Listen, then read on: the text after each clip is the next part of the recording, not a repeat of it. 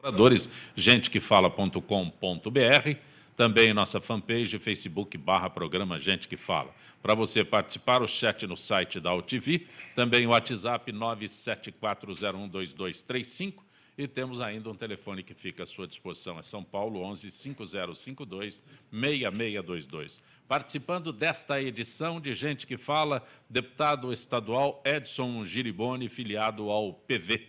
Prazer tê-lo aqui, deputado. Prazer, Zancopé, prazer a todos os convidados, estamos à disposição. Também conosco o advogado Marco Vinícius Petreluzzi. Prazer tê-lo aqui, Petreluzzi. Tudo bem, Zancopé, prazer estar aqui, vamos debater com os amigos. Quando eu anuncio só como advogado, este é o momento atual? Já não é mais procurador? Não, não. Secretaria da Segurança é uma merecida vaga lembrança. É. Também conosco o advogado Alexander Zakimi. Doutor Alexander, prazer tê-lo aqui. Prazer todo meu, Zancopé e os colegas aqui para o debate. É um prazer estar aqui. Empresário Eduardo Weisberg.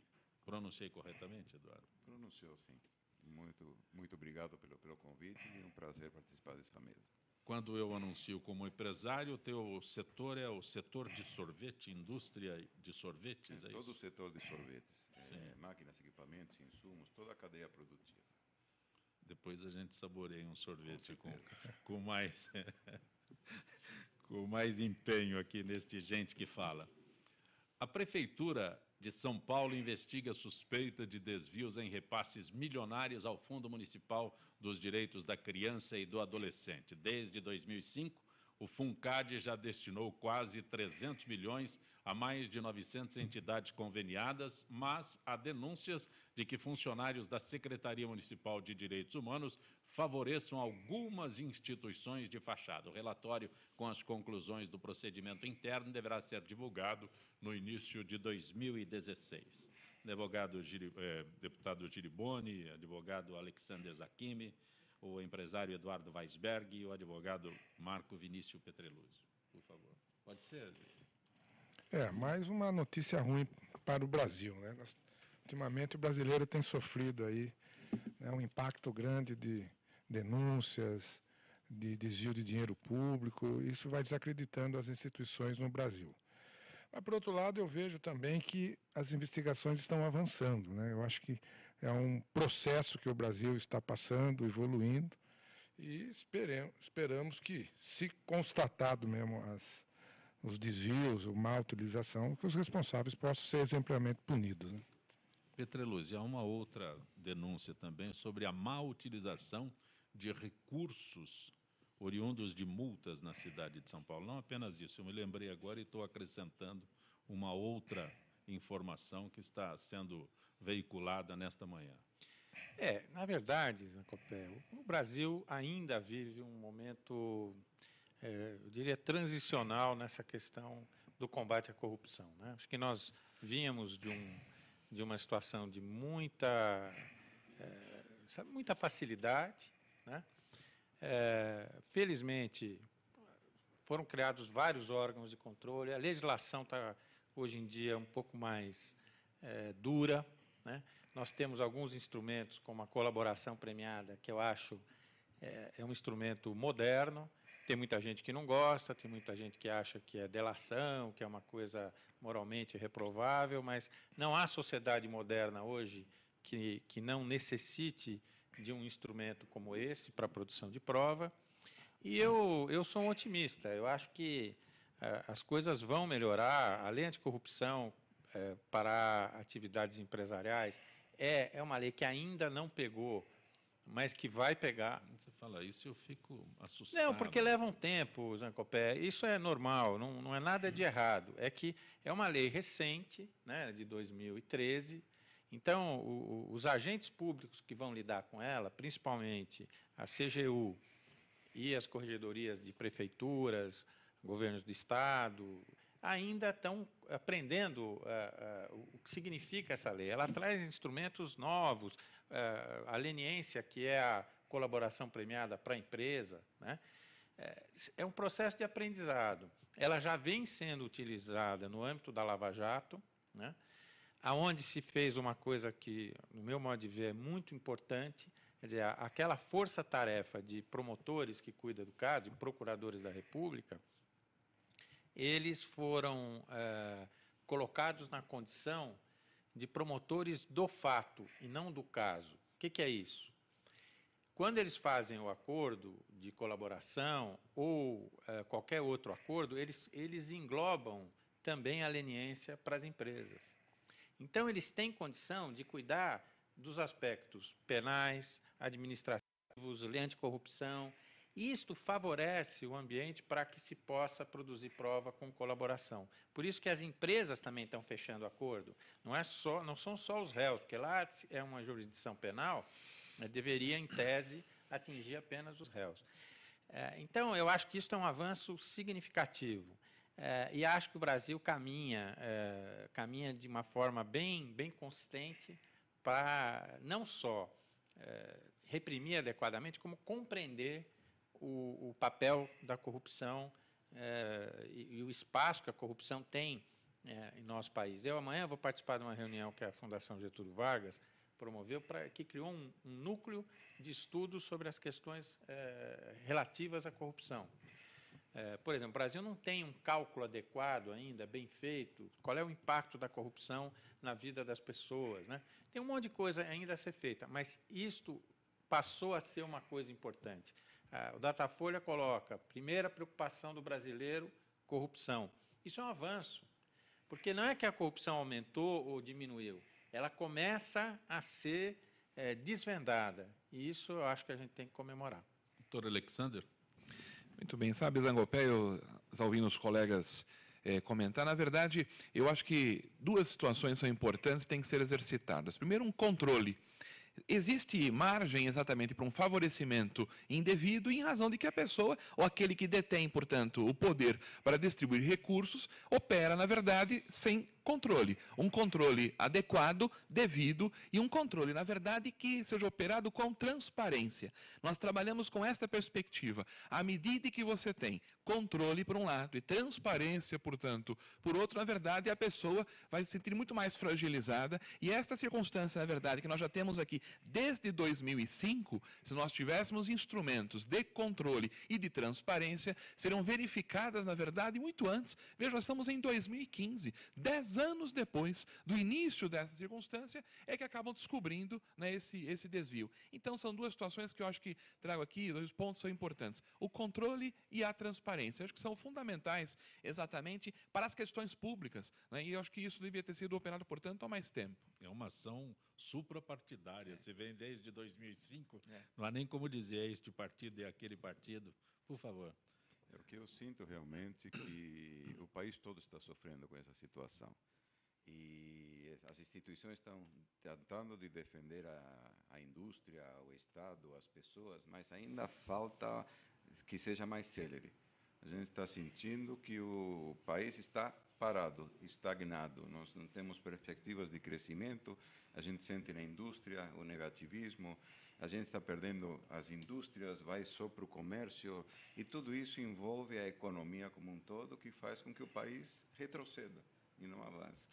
Ou seja, eu sinto, está ótimo o que está acontecendo, mas precisamos acelerar mais esse processo. E as pessoas ficarem cientes do que está acontecendo, ser divulgado pelo país inteiro. Aqui não é contra um partido ou contra outro, e sim a favor do país. Por isso que eu disse que é suprapartidário. Não há uma acusação com relação a este partido, né? Se vem desde 2005... Não, e tem uma coisa, Copé, a corrupção não é um fato da política, ou da área jurídica, ou da área policial, ou da área tal. É um fato do ser humano.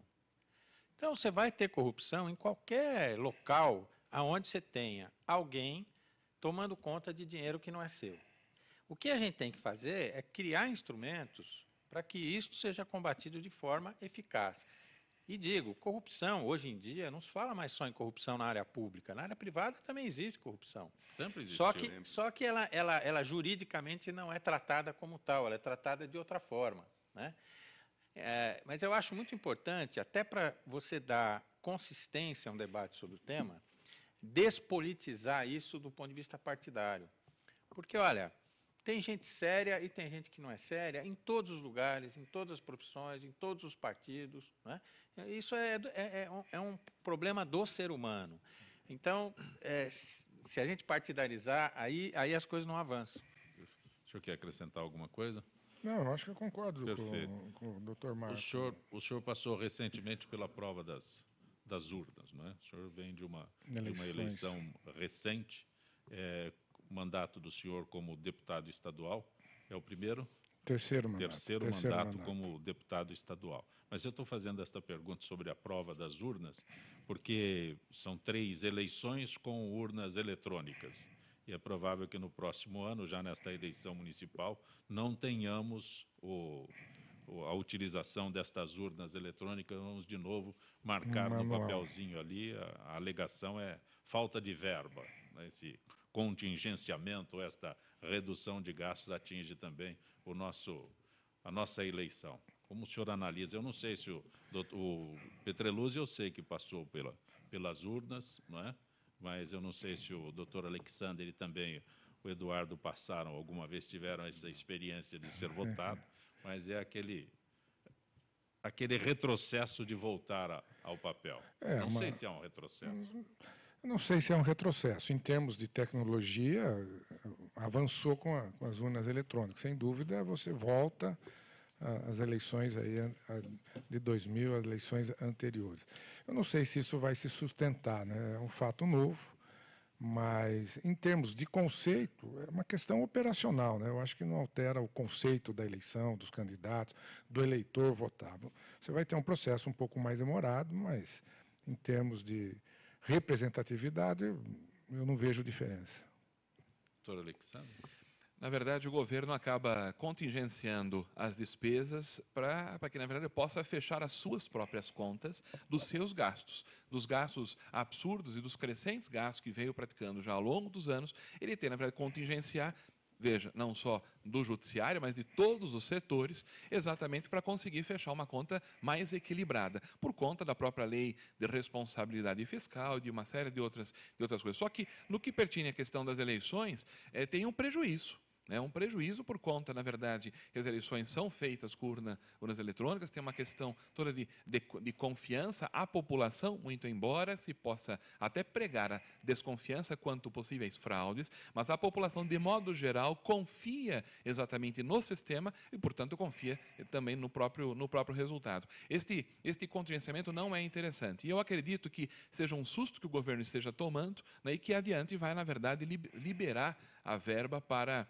a adquisição de novas urnas. E um procedimento licitatório, porque é feito, portanto, de forma antecipada, né, o procedimento de licitação já está em andamento. Né, que quando houve o contingenciamento, você automaticamente, como é que você continua o processo de licitação, se, na verdade, não vai ter dinheiro para pagar a aquisição. Então, por isso que o Tribunal Superior Eleitoral, o Supremo Tribunal Federal, enfim, vão exatamente em cima da Presidência da República para cobrar, na verdade, o quê? A liberação desses valores. No fundo, na verdade, tem a circunstância. Doutor Eduardo. O que eu tenho sentido ultimamente é que o governo gastou mais do que deveria. Na minha casa, a gente, se não tem dinheiro, não gasta. Porque a gente sabe que quando entra em banco, a gente sofre. E o governo está fazendo isso. Só que antigamente nós tínhamos a maquininha para emitir. E hoje o mundo está completamente diferente. Então eu acho que tem que cortar na própria carne. A gente não aguenta mais impostos. Para vocês terem uma ideia, o sorvete é um alimento. Só que eles não consideram como alimento. Tem IPI, substituição tributária, tem mais de 30% em termos de impostos. E tem a CPMF na pauta ainda. Né? Tá. Então, você sente que... A gente já tinha quase esquecido desse CPMF. Está na pauta lá ainda. Né? Então, o problema que a gente está sentindo é que não querem cortar, não querem diminuir suas despesas. Estão procurando em outros lugares. E o Brasil não pode aceitar mais isso. Não estou falando de partido, de ver se entende isso. Sim.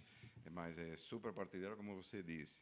Mas nós temos que aprender a conviver com aquele salário que a gente tem. E o governo tem um salário. Não pode gastar mais do que ele recebe. É isso. Petreluzzi. Eu não acredito nessa notícia. Primeiro, ela tem um... Seria vender lógico. Dificuldade para entregar facilidade? Querendo jogar nas costas do governo, para o governo voltar atrás. Só que tem um detalhe. Eu lembro de como eram as eleições antes. né? Eu cheguei a ser fiscal do MDB em várias eleições, é muito mais caro, porque o Tribunal Eleitoral tinha que montar verdadeiras estandes, negócios grandes. Aqui o ginásio Ibirapuera... Centros de apuração, né? O ginásio de Ibirapuera, construía-se dentro do ginásio todo um setor para as pessoas ficarem e tal, e ficava-se uma semana apurando, com funcionários públicos. É verdade que você não... Cedidos, né? Eram cedidos, você não precisava pagar, mas eles estão deixando trabalhar lá, né? E tinha que ter transporte, alimentação. Eu me lembro quando eu trabalhei com o Mário Covas na prefeitura, que o Tribunal Eleitoral pedia ônibus. A CMTC, à época, cedia os ônibus para levar e trazer os funcionários todos os dias. É muito mais caro, é incomparavelmente mais caro do que uma urna que vai lá, papum, não tem apurador, né? Não tem fiscal, não tem nada, está tudo resolvido. Isso aqui é aquela coisa seguinte, ó, todos os presidentes dos tribunais superiores assinaram, né, botaram a faca no pescoço da presidente e a presidente vai ter que se virar para arrumar o dinheiro, né? Agora, quem é presidente, quem se candidata, quer fazer a coisa, tem que se virar mesmo, tem que resolver. Tira de algum lugar, põe no outro, o dinheiro é finito, né? A capacidade de contribuição da sociedade é finita, né? Agora vai ter que resolver lá, vai ter que cortar em algumas coisas que não corta. Mas o pior para mim de não cortar é não fazer o gesto. Porque quando você pede para todo mundo apertar o cinto, o governo devia fazer alguns gestos mostrando o seguinte, olha, nós também estamos cortando, né? Eu não veria nenhum problema se a presidente viajasse num avião de carreira. Fala, olha, nós estamos num momento difícil, vamos dar um passo para trás, o Brasil está apertado. É o gesto, isso faz com que as pessoas se solidarizem, fala, pô, vamos fazer e tal. Agora não. Não faz nenhum gesto, sabe? Falta exemplo, exatamente. Falta exemplo, falta liderança, falta tudo isso. Então, chega uma hora, as pessoas se cansam e eu não duvido que nós tenhamos, no ano que vem, mais uma onda de protestos, como tivemos tempos atrás, sobretudo em relação a... Você me remete agora a um assunto nessa redução de ministérios que foi anunciado. Eu quero saber se houve redução de pessoal, porque simplesmente extinguir o ministério, mas não extinguir a estrutura, transferir a estrutura, a despesa continua a mesma. Mas anunciaram, mas ainda não implantaram. Quando você extingue um órgão, você extingue alguma coisa, naturalmente. Mas a ineficiência, o número de cargos em comissão que tem a nível federal é ridículo. É ridículo. Olha, eu vou contar uma coisa para os senhores. Quando fui secretário de Segurança, eu cheguei à Secretaria de Segurança e perguntei quantos cargos eu tenho para poder convidar pessoas para virem trabalhar e tal. Eu tinha exatamente 8 cargos. 8 cargos. Nenhum a mais, nenhum a menos, né? E tinha um contrato com a Prodesp que cederia 2 técnicos de informática, fora essas 8 pessoas, dentro desse contrato. Então, eu tinha 10 pessoas que eu trouxe para trabalhar na minha secretaria, né? Eu acho que tudo bem, talvez fosse pouco, mas deu para fazer. Busca a gente da máquina, que já está lá, tem uma máquina enorme, federal, estadual, municipal, né? Lógico, você tem que ter 2, 3 cargos de assessor, alguém que cuide de coisas, mas é muito exagerado isso no Brasil. É muito exagerado. E isso significa o que foi dito aqui, cortar na carne, mostrar que a gente tem que ter compostura na hora de pedir sacrifício para os outros, né? E isso que eu não vejo hoje no Brasil, em todos os níveis, não estamos particularizando, mas o governo federal realmente ele dá lição nessa questão do corte ministério. A partir do momento que você corte, portanto, o ministério, você tem ali um trabalho, uma necessidade que você tem que realocar para um outro ministério. Ela não deixa de existir. Sim. Tem que realocar para um outro ministério que automaticamente passa a abranger tarefas a mais. E tem um outro fator, veja, o Dr. Petroluzzi estava falando. Você tem a possibilidade de convidar pessoas que já participam na máquina, ou seja, já são servidores, ok? Mas você tem gente também, isso acontece muito, são cargos em comissão. São pessoas que não pertencem à administração pública, são pessoas que não são concursadas e que pura e simplesmente são trazidas a convite, portanto, e participam lá daquela gestão. Cortar o ministério automaticamente é você mandar de volta para casa inúmeros cargos de comissão. Ou seja, você manda companheiro de volta para casa e isso o PT não vai querer fazer. E até do ponto de vista legal, desculpa só, talvez eu esteja falando mais do que devia, mas do ponto de vista legal, a lei diz o seguinte: só pode ter cargo em comissão para duas possibilidades, direção e assessoramento, né? Então, tudo bem, dirigir um órgão importante é cargo em comissão, porque o povo elege, né? Tem que ter responsabilidade política e tal.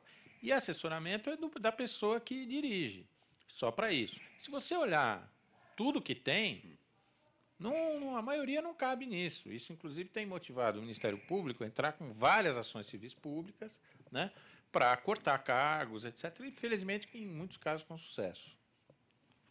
É cultural, né? Esse é um problema que vem culturalmente. Há os excessos, né? Eu acho que o doutor Petroso colocou bem.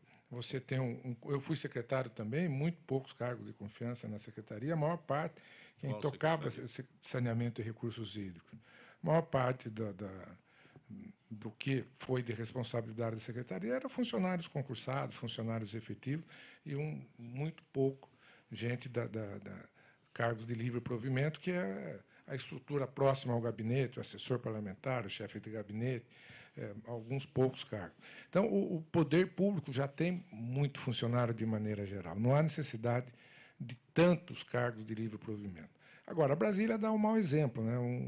Um governo federal com tantos ministérios, tem ministro que mal consegue falar com a presidente da República, porque muito ministro que nem conhece direito. Ela nem conhece. Então, quer dizer, é uma máquina inchada, uma máquina que cria muitas entraves. E quem tem paga ministro a conta que dá graças a Deus, que ela não chama. Pois é. Sem dúvida. Mas é dinheiro público que acaba sendo mal utilizado. Como toda terça-feira, a participação da FIPESP, Associação dos Funcionários Públicos do Estado de São Paulo, Gisele Souza, do setor de eventos. Boa tarde, Gisele. Boa tarde, Zancopé. Boa tarde aos debatedores e aos ouvintes do Gente que Fala. Gisele, 2015 vem apresentando resultados positivos com os trabalhos realizados pela FIPESP, Programa de Incentivo à Qualidade. Participaram as suas 14 unidades de lazer. Esse programa apontou que a atual gestão está no caminho certo, segundo os seus associados. E quando esse programa foi iniciado, Gisele? Zancopé, o programa de incentivo à qualidade foi desenvolvido no início do ano de 2015, observando certas regras que deveriam ser obedecidas pelas unidades de lazer, como metodologia de trabalho. Explica como funciona esse programa. Durante todo o primeiro semestre de 2015, nossas unidades passaram por alguns critérios de avaliação, como, por exemplo, qualidade, que tem a ver com a redução de não conformidades, ou seja, cumprimento de normas exigidas pela vigilância sanitária, e os procedimentos internos, como manutenção da ordem e harmonia do trabalho. Em segundo, pesquisa de satisfação, com apresentação no Índice Geral de Satisfação dos Hóspedes. E, em terceiro, o critério de ouvidoria, com demonstração de números cada vez menores de reclamações. E, em quarto, o cumprimento de metas financeiras, como se evita desperdícios de alimentos, bebidas, produtos de higiene e limpeza. Qualidade. Houve algum preparo para que os funcionários fizessem parte? Sim, os funcionários de todos os setores das unidades de lazer envolveram-se com os cursos oferecidos pela diretoria executiva, a fim de reciclar suas habilidades, tornando-se mais capacitados para executar suas atividades no dia a dia. Os critérios para avaliação. A associação possui um canal de comunicação direto com o associado que está hospedado em determinadas unidades. Por esse canal, é estimulado a responder de forma espontânea todas as críticas ou elogios que se julga pertinente à hospedagem. E o Departamento de Qualidade também participou com visitas aleatórias mensais para avaliar os procedimentos e cumprimentos das metas, né? Partindo desse princípio, chegamos aos 3 primeiros avaliados, que foi, primeiro lugar, Poços de Caldas, com excelente padrão de qualidade, com 97,70% de aprovação. O segundo lugar ficou com Serra Negra, também com um padrão ótimo de qualidade, 95,23% de aprovação. E a terceira colocada ficou Avaré, com 94,95% de aprovação. Assim trabalha a atual gestão administrativa, sempre buscando o melhor para alcançar as melhores metas, tudo em prol de seu associado. Agradeço mais uma vez a tua gentileza com o nosso Gente que Fala. Uma boa tarde. Boa tarde, Zancopé. Boa tarde aos ouvintes do Gente que Fala e aos debatedores. Retornará em instantes.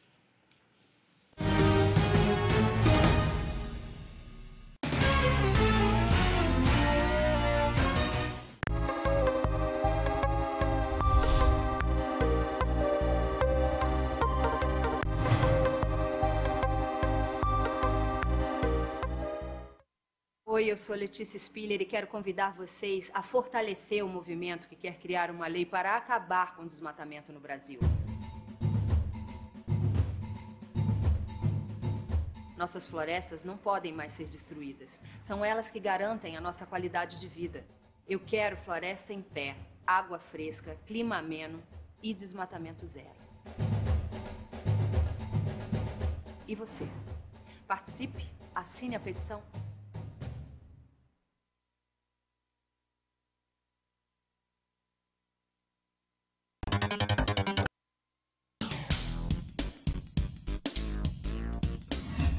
Eu sou Cláudio Longo. Eu, Paulo D'Angelo. E eu sou Tarso Gouveia.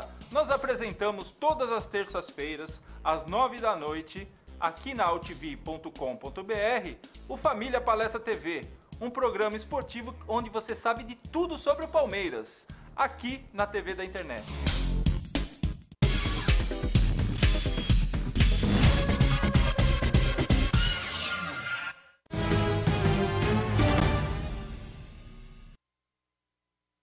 Pelo Gente que Fala, Rádio Trianon, AM 740 São Paulo, Rádio Universal, AM 810 Santos, AltV, www.altv.com.br, reapresentação 6 horas da tarde, também TV Guarulhos, canal 20 UHF, canal 3 da NET, em Guarulhos, 11h30 da noite. Nosso blog gentequefala.com.br, nossa fanpage, Facebook/programa Gente que Fala. Conosco hoje, o advogado Marco Vinícius Petreluzzi, o empresário Eduardo Weisberg, o advogado Alexander Zacchini, deputado estadual Edson Giriboni, que é filiado ao PV.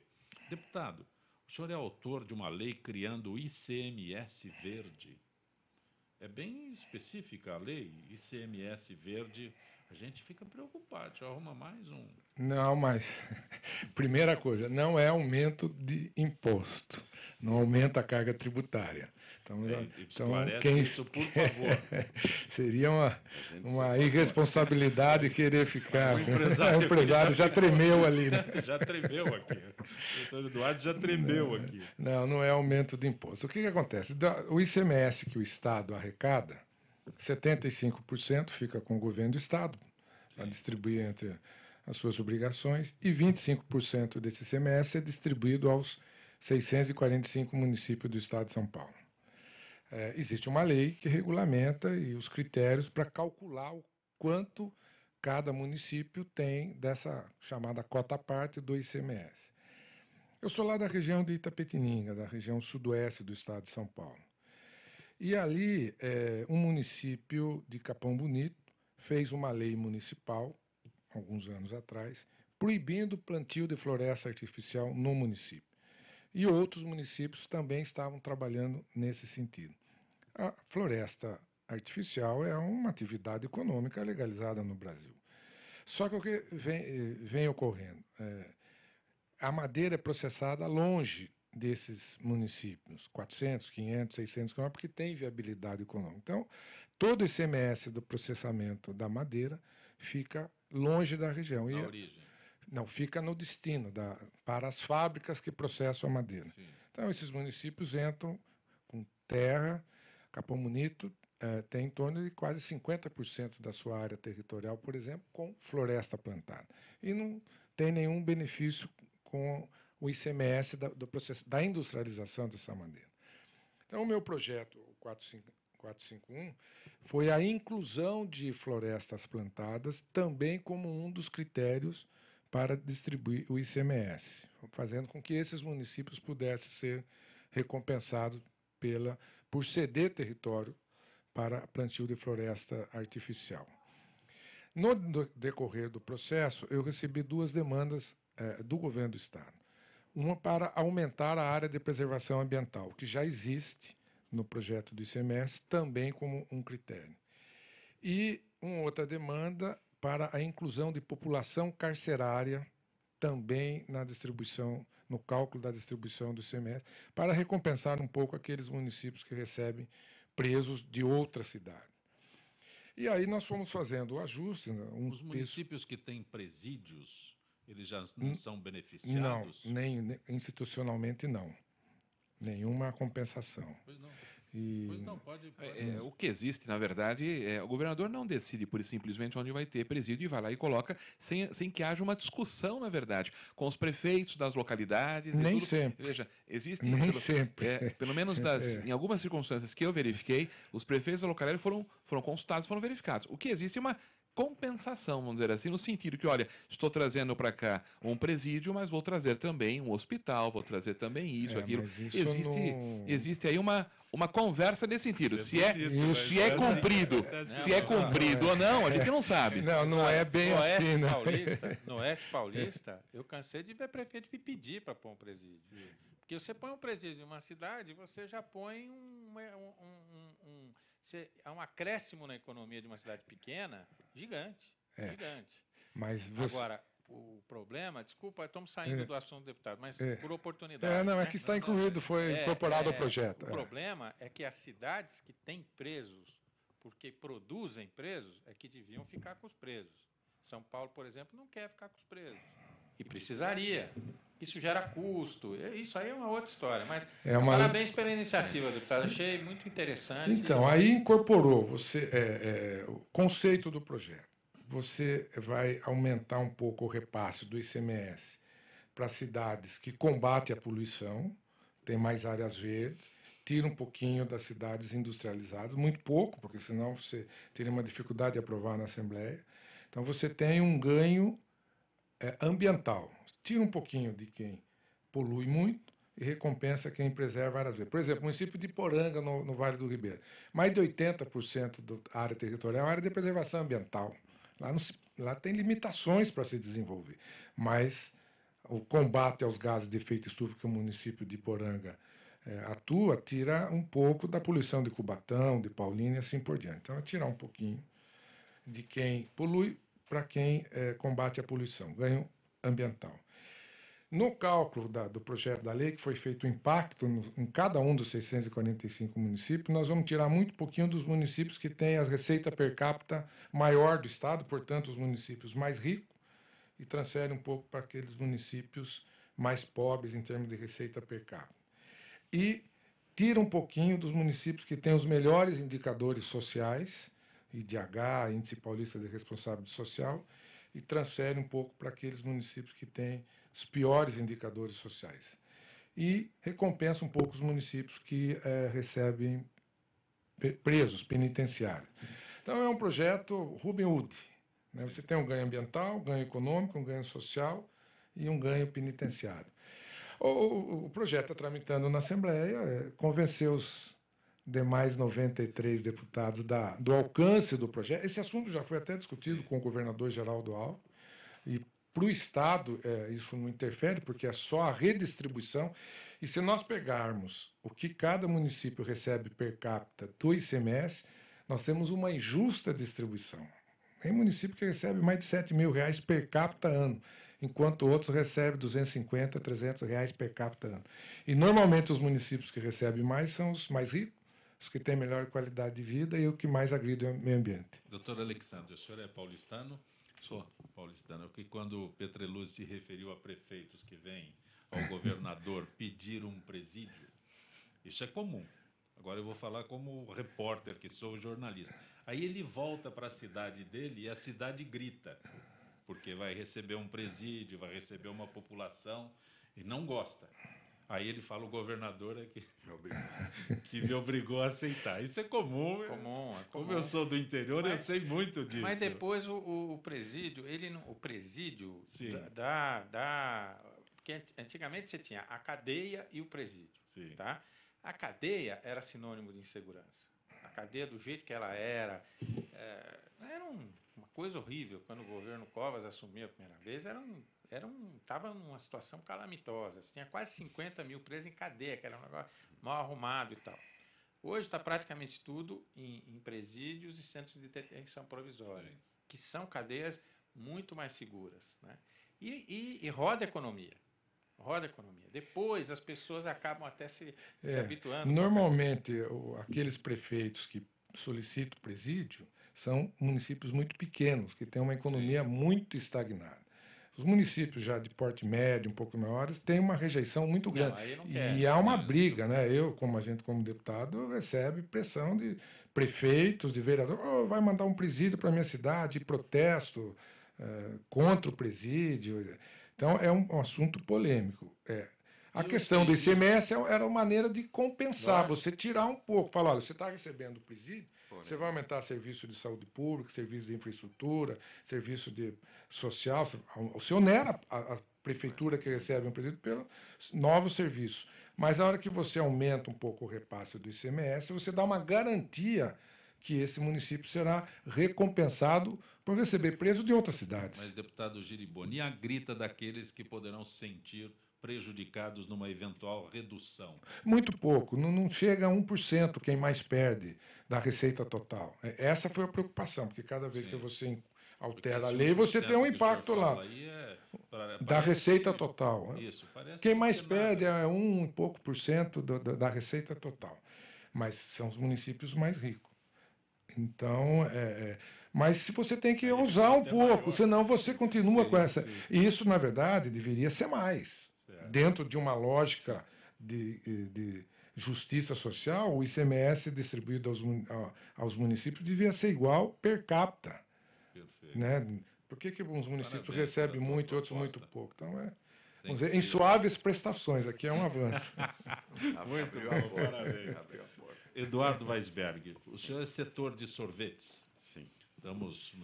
É possível que este calor traga melhorias para o teu setor? O teu setor é um setor saudável ou sofre a queda da temperatura também? Não, ele realmente é saudável.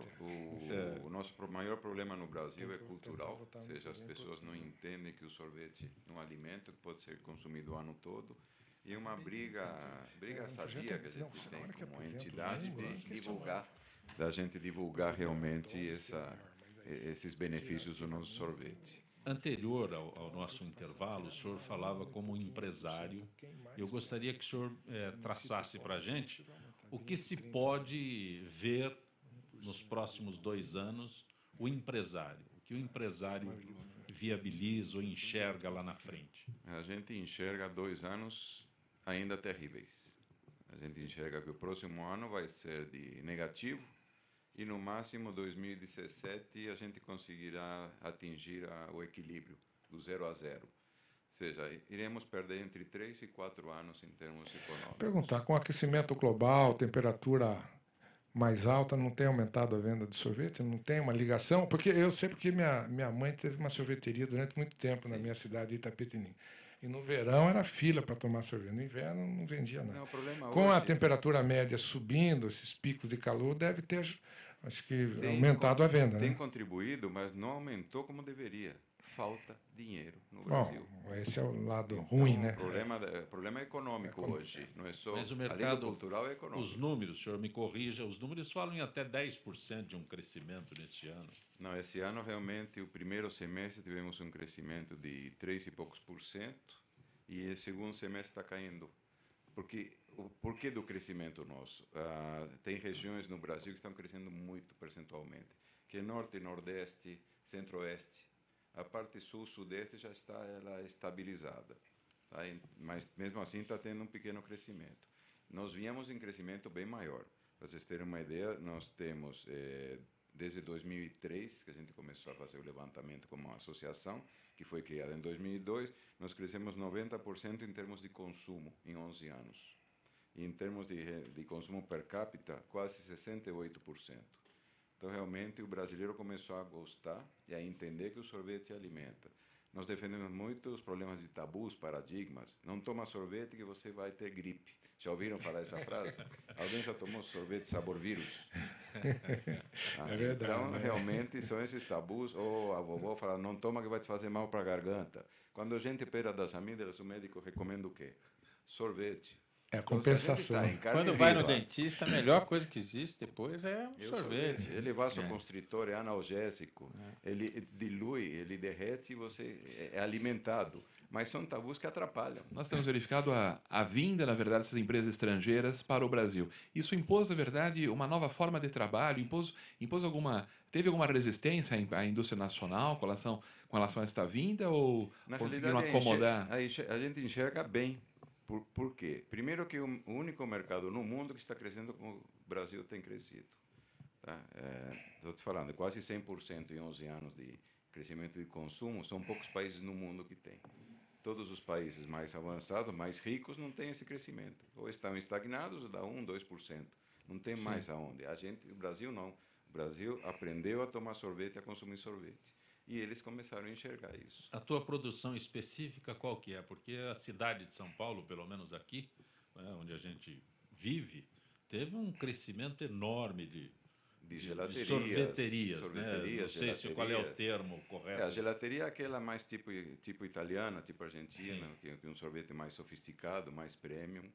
E realmente o brasileiro começou a gostar, começou a viajar, começou a degustar esses produtos. O nome dos mexicanos, não é isso? Também as paletas mexicanas, mas aquilo é um modismo, é um tipo de sorvete. Sim. O que a gente enxerga como associação é o todo. E realmente o todo tem que era sorvete de palito, não era isso? Sorvete de picolé. Picolé. Mas na Europa a gente observa um consumo grande no inverno. No inverno também. Né? É cultural. Filas. Você vê naquele inverno pesado, pessoal tomando sorvete e tal. E quando você vai e toma, você vê que é bom tomar sorvete no inverno. Porque não tem aquele choque térmico. Que nem na Argentina. Qual é o teu setor específico? Eu trabalho mais com sobremesas, cassatas, tartufos para restaurantes, na área de food service. Essa é a minha empresa. Mas a grande maioria realmente trabalha em todos os níveis. Porque tem uma amiga que tem, como é que é? Los Ticos Paleteiros. Ela abriu uma agora em Salvador. Diz que em 3 horas vendeu mais do que vende a loja dela aqui durante a semana toda. São bons, são lançamentos. O brasileiro gosta de coisas novas, de novidades. E as paletas realmente mexicanas, que são brasileiras, realmente estão puxando bastante esse mercado. Mas falando de inverno... O setor de sorvete vai aquecer ou não? Ele esse ano fecha positivo. O ano que vem a gente está em dúvida. Não temos bola de cristal. A gente não sabe o que vão aprontar em outros municípios ou em outros estados ou no Distrito Federal. Então, a gente não tem essa bola de cristal. Que nem sempre os jornalistas chegam em janeiro, qual a previsão para 2016? Não tenho. A gente não... Quando uma associação fala, ela tem que falar os números já fechados. Sim. Então, o pessoal fica bravo comigo, falando, não tenho, não vou passar número. Mais ou menos, pode ser 0, pode ser positivo, pode ser negativo, não sei. Mas a gente sente realmente que pode estar próximo do 0. Negativo, acho difícil, porque o mercado em ampla expansão. Mas que está difícil esse ano, está muito difícil. E o empresário fala o que todos nós falamos, está difícil. O setor teve algum aumento de desemprego ou não? Teve, algumas regiões tiveram. Desemprego. E, às vezes, não só desemprego por falta de venda. O que não teve, nós temos a sazonalidade. Então, na época de setembro, outubro, é a época do boom de vendas. O que não houve foi admissão. Você já está se trabalhando com o mesmo quadro. Sim. Então, deixamos de admitir, não demitir. O que é comum nessa época. Nessa época, se aumenta 50% a mão de obra. São 2 advogados aqui, doutor Alexander e doutor Petreluzzi, mas a Procuradoria da República protocolou denúncia da Operação Zelotes, que apura a compra de medidas provisórias pela Presidência da República e que beneficiariam o setor automotivo. Petreluzzi, doutor Alexandre. O que a gente pode acrescentar do que nós já dissemos agora há pouco sobre a questão que envolve corrupção, etc., é que a gente nota que os ministérios públicos, federal e também os estaduais, começam a dar mais importância à reparação do dano do que propriamente você botar uma pessoa na cadeia por 2, 3 anos. Num sistema carcerário como o nosso, um sistema de execução penal como o nosso, falho, onde você tem uma progressão de regime ultra rápida e tal, chega uma altura, acho que o Ministério Público, principalmente o federal, chegou à conclusão seguinte: olha, é melhor eu tomar o dinheiro de volta do que, inclusive estou sujeito a anularem ali na frente tudo que foi feito e tal. O dinheiro que já se toma de volta já é do erário e já é um ganho. Mas, Petreluzzi, eu acho que essa cultura é boa. Esta segunda parte que eu deixei exatamente para agora, procuradores pedem pagamento de 879 milhões de reais como reparação aos cofres públicos. Exatamente, porque você pode acumular aquilo que eu estava dizendo antes. O promotor ele passa a ser o promotor do fato e não o promotor da causa. Antigamente tinha um promotor criminal que cuidava da causa criminal e um promotor da área de improbidade, da área de anticorrupção, que cuidava da parte civil, que é a reparação do dano. O pessoal do crime não cuidava disso. Hoje está se unificando. O procurador que cuida do caso, ele cuida do caso inteiro, né? E a Lava Jato ela tem sido didática em relação a isso. Como isso torna a ação mais eficiente. Aqui em São Paulo já está começando a se estudar a fazer isso. E isso vai redundar em reparações milionárias. E isso vai para o erário. A gente está reclamando tanto que não pode aumentar imposto, né? Mas tem gastos enormes, o cobertor é curto. Essa é uma fonte de receita que nós não podemos abrir mão, né? É buscar o dinheiro de quem roubou. É que, na verdade, até o doutor Petrolizzi estava comentando, essa questão da medida provisória é ato próprio da Presidência da República. A medida é importante, que com a medida provisória você desonera, você tira, portanto, impostos, e no caso aqui dos veículos você tira, portanto, o imposto que quem estivesse comprando o veículo pagaria. E que, portanto, se viu incentivado a adquirir o carro por conta de uma menor carga tributária. Portanto, paga menos imposto, ou seja, o governo federal deixa de recolher, deixa, portanto, de suprir as suas necessidades. Quando você verifica uma situação, portanto, aqui de compra, entre aspas, de medidas provisórias, ou seja, se comprou a medida provisória no sentido de desonerar o setor automotivo para que ele, na verdade, lucrasse mais e então, automaticamente ia menos impostos. E este cálculo, que me parece, 279 milhões, é, na verdade, um cálculo do quanto o governo deixou de recolher se o imposto tivesse sido o mesmo naquele período de vigência da medida provisória. Então, a ideia, portanto, de reparação dos danos sofridos é exatamente por conta do imposto que deixou de ser recolhido por conta da vigência da medida provisória. A ideia, portanto, é mais ou menos essa, porque nós somos levados a pensar como que chegaram à cifra de tantos milhões de reparação. Então, é tudo feito um cálculo, uma verificação, cada um dos setores, cada uma das circunstâncias que são apuradas, é feito, na verdade, o prejuízo, o dano causado por conta daquela atividade criminosa, vamos dizer assim, né? E que é uma situação bem interessante. Veja só, atinge até mesmo a presença da República quando se veicula, portanto, uma possível compra da medida provisória. Veja só. As informações dizem que o setor automobilístico lucrou 3 bilhões nos primeiros meses aí da vigência dessa medida provisória. Tanto que alguém recebeu 25 milhões, que é 1% do que foi o lucro. Todo mundo, a gente sabe, vamos dizer assim, quer ter uma medida provisória para si. Né? Ou seja, incentivar por conta da redução de impostos a sua atividade. É o mesmo que aconteceu na época, portanto, com a venda de eletrodomésticos, lá da linha branca, por exemplo. Né? Mas, veja, no momento a economia volta volta como estava antes. Ou seja, no momento, essa desoneração ela deixa de existir, e olha só que interessante, os cálculos têm sido feitos. À medida que a desoneração, portanto, ela deixa de existir, que os preços voltam ao normal, existe uma queda muito mais acentuada, né, com relação à compra desses produtos. Não é só uma queda pelo fato de que um monte de gente já comprou antes, quando estava com a desoneração. A queda, na verdade, é ainda mais acentuada. O que está aí, os estudos vão comprovando, é a questão do equilíbrio, né, do equilíbrio da própria medida, se serviu ou não, né, para alguma coisa naquele setor específico, né, da economia. Então, são inúmeras situações a serem estudadas. E só para deixar claro uma coisa aqui. No caso, não se está ainda, não se chegou a nenhuma conclusão em relação à presidência da República, né? Sim, sim. O que se tem é que no meio, até a presidente da República assinar a medida provisória, você tem um grande número de órgãos, pessoas que opinam, fazem cálculos, apontam, né? Então aí pelo meio todo um estudo a ser feito, né? Por esse meio deve ter corrido ali né, algum lubrificante misterioso que fez as coisas andarem. Eu acho que é isso que tem que ficar claro, porque o que eu entendo, pelo que a gente acompanhou de longe, foi uma política adotada pela Presidência da República para evitar desemprego, para ativar a venda, para ajudar a economia, né? Como foi colocado não só para o setor automotivo, para a linha branca, houve uma política de incentivos fiscais para aquecer a economia. Só para relembrar, o setor automobilístico deu certo, elevou as vendas, aí o setor, a linha branca, reclamou e teve o mesmo benefício. E também teve. Então, foi uma política de governo. Até aí eu não vejo irregularidade. Isso foi uma política que pode ter sido certo ou errado, mas foi uma política de governo. O que acho que a Procuradoria tem que deixar claro para a população brasileira é se nesse processo houve realmente venda, houve suborno.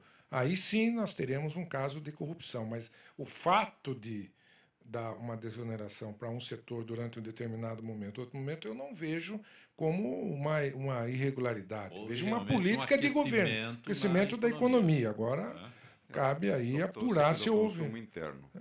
Esqueceram do externo. Tem problemas. Deputado Giriboni, esse teu projeto que a gente se referiu há instantes sobre esse cálculo, novo cálculo do ICMS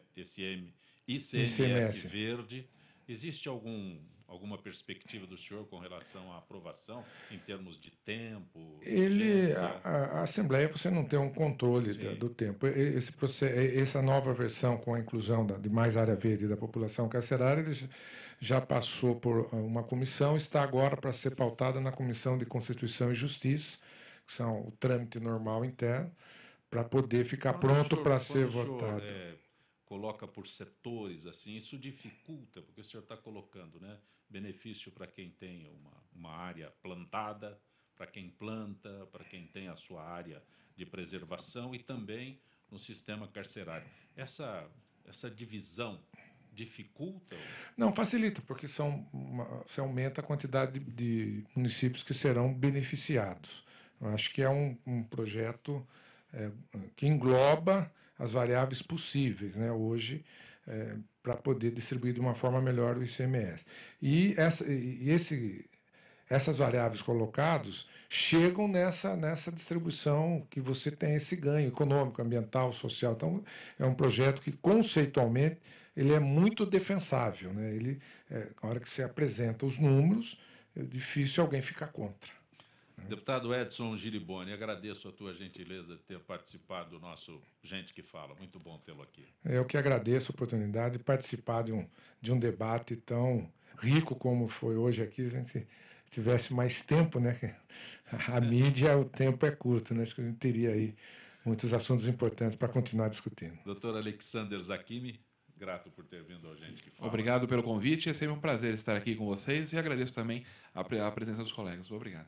Eduardo Weisberg, sorvetes este ano, então, teremos com tranquilidade. Continuamos com tranquilidade e torcendo para o ano que vem calor e uma economia bem melhor do que a que temos hoje. Bem aquecida.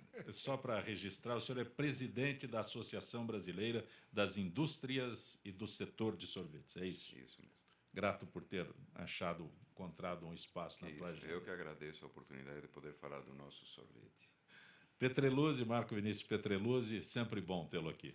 Para mim também é um enorme prazer encontrar o pessoal da produção, Zancopé, colegas da mesa, sempre às ordens. Gente que fala tem a direção-geral do jornalista Fausto Camunha, a diretora de produção Zenilda Salvato, redação Raela Brandão, Pedro Schiavon, na pauta José Carlos Sicarelli, produção cultural Ricardo Godoy, na rádio Trianon Benê, Cléo Rodrigues, Neildo Neres, Ricardo Valim, na direção da TV Guarulhos, Fernando Mauro, na direção da UTV, Alberto Luquete, na técnica James Eduardo, Marcelo Fontan, Sérgio Oliveira e Iago Matsumoto. Estaremos de volta amanhã, meio-dia. Gratos, até lá.